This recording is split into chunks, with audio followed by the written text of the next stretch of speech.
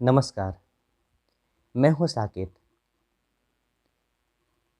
आज हम लोग महाभारत में हुए युद्ध के बाद मृत्यु से पहले 4 योद्धाओं के बारे में जानेंगे कि इन 4 योद्धाओं की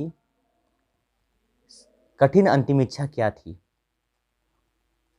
तो महाभारत अनगिनत कहानियों से भरा हुआ है।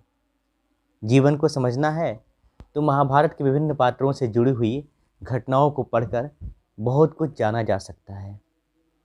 महाभारत में एक ऐसा ही प्रसंग है जो योद्धाओं की अंतिम इच्छा से जुड़ा हुआ है। आइए जानते हैं महाभारत के किन किन योद्धाओं ने अपनी कौन कौन सी अंतिम इच्छा रखी थी। तो इस कड़ी में सबसे पहले हम घटोत्कच का नाम लेते हैं। अब हम जानते हैं कि घटोत्कच की अंतिम इच्छा क्या है। जब श्री कृष्ण ने भीमपुत्र घटोत्कच की अंतिम इच्छा के बारे में पूछा तो घटोत्कच ने बड़ी ही विनम्रतापूर्वक कहा कि हे प्रभु, यदि मैं वीर गति को प्राप्त करूं तो मेरे मरे हुए शरीर को न भूमि को समर्पित करना, न जल में प्रवाहित करना और न अग्निदाह करना। मेरे इस तन के मांस, त्वचा, आँखें, हृदय को वायु रूप में परिवर्तित करके यानी वायु रूप में बदल के आकाश में उड़ा देना। मेरे शरीर के कंकाल को पृथ्वी में स्थापित कर देना। आने वाले समय में मेरा यह कंकाल महाभारत युद्ध का साक्षी बनेगा। श्री कृष्ण ने घटोत्कच की मृत्यु के पश्चात उसकी अंतिम इच्छा पूरी की। अब दूसरे का नाम है विदुर। अब हम जानते हैं कि विदुर की अंतिम इच्छा क्या थी। युद्ध के समय जब विदुर श्री कृष्ण से मिले और मन की गांठें खोलते हुए अपनी अंतिम इच्छा उन्हें बताई, उन्होंने कहा, प्रभु, मैं धरती पर इनका प्रलयकारी युद्ध देखकर आत्मग्लानि महसूस कर रहा हूँ। मेरी मृत्यु के पश्चात मैं अपने शव का एक अंश भी यहाँ छोड़ना नहीं चाहता। इसलिए आप मेरे शरीर को न दफनाएं, न जलाएं, बल्कि शरीर को सुदर्शन चक्र में परिवर्तित कर दें। और भगवान श्री कृष्ण ने ऐसा ही किया। तीसरे का नाम है संजय। संजय की अंतिम इच्छा क्या थी? तो आपको पता है कि संजय को दिव्य दृष्टि प्राप्त थी।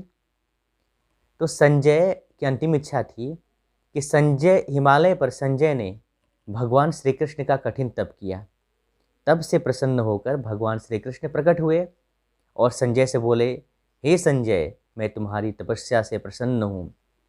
आज जो चाहे वो मुझसे मांग लो। संजय ने श्री कृष्ण से कहा, प्रभु, महाभारत युद्ध में मैंने अधर्म का साथ दिया है, इसलिए आप मुझे पत्थर बना दो। और जब तक आपका फिर से धरती पर अवतार ना हो तब तक इसी हिमालय पर पत्थर रूप में मैं आपकी भक्ति करता रहूं। भगवान श्री कृष्ण ने संजय को अपने शालग्राम रूप में परिवर्तित करके हिमालय पर स्थापित कर दिया। अब अंतिम बारी आती है कर्ण की इच्छा पर। ये कर्ण की अंतिम इच्छा क्या थी? तो जब कर्ण मृत्यु के शैया पर थे तो उन्होंने श्री कृष्ण को अपनी अंतिम इच्छा बताई थी। कर्ण ने यह मांगा था कि अगले जन्म में कृष्ण उन्हीं के राज्य में जन्म लें। और दूसरी इच्छा में उन्होंने कृष्ण से कहा कि उनका अंतिम संस्कार ऐसे स्थान पर होना चाहिए जहाँ कोई पाप ना हो। भगवान श्री कृष्ण ने इस प्रकार कर्ण की अंतिम इच्छा पूरी की थी। तो श्रोताओं, मैं ये कहना चाहता हूँ कि वो भूमि अभी भी है। उस भूमि को कुमारी भूमि के नाम से जाना जाता है या कुमारी भूमि के नाम से जानते हैं। यह भूमि गुजरात के सूरत नामक शहर में है और ये भूमि पवित्र भूमि मानी जाती है। और यहाँ की एक विशेषता है कि यहाँ पे एक छोटा सा पीपल का पौधा है और वहाँ पे लोग बताते हैं कि शायद हजारों सालों से ये पौधा है। और इस छोटे से पौधे की विशेषता यह है कि इसमें मात्र 3 पत्ते ही होते हैं। एक पत्ता ब्रह्मा का, दूसरा पत्ता विष्णु का और तीसरा पत्ता शिव का रूप है। जब चौथा पत्ता आता है तो एक पत्ता स्वतः ही गलकर समाप्त हो जाता है। वहाँ पर कर्ण का एक मंदिर बना हुआ है वहाँ पे कर्ण की एक मूर्ति बनी हुई है और चारों ओर छोटे छोटे देवताओं की मूर्ति है जो उसको घेरे खड़े खड़े हैं। तो आप यहाँ पर जाकर देख सकते हैं। चूँकि उनका वहाँ पे फ़ोटो खींचना सख्त मना था, इसलिए मैं उनका फ़ोटो यहाँ पे नहीं डाल पा रहा हूँ। तो आज हमने जाना कि महाभारत की लड़ाई में जो के बाद जो भी कुछ योद्धा बचे थे उनकी अंतिम इच्छा क्या थी। आज के लिए इतना ही। धन्यवाद। अगर यदि आप चाहते हैं कि इस प्रकार की वीडियो और इस प्रकार की जानकारी आपको मिलते रहे तो आप हमारे चैनल को सब्सक्राइब कीजिए। जय हिंद।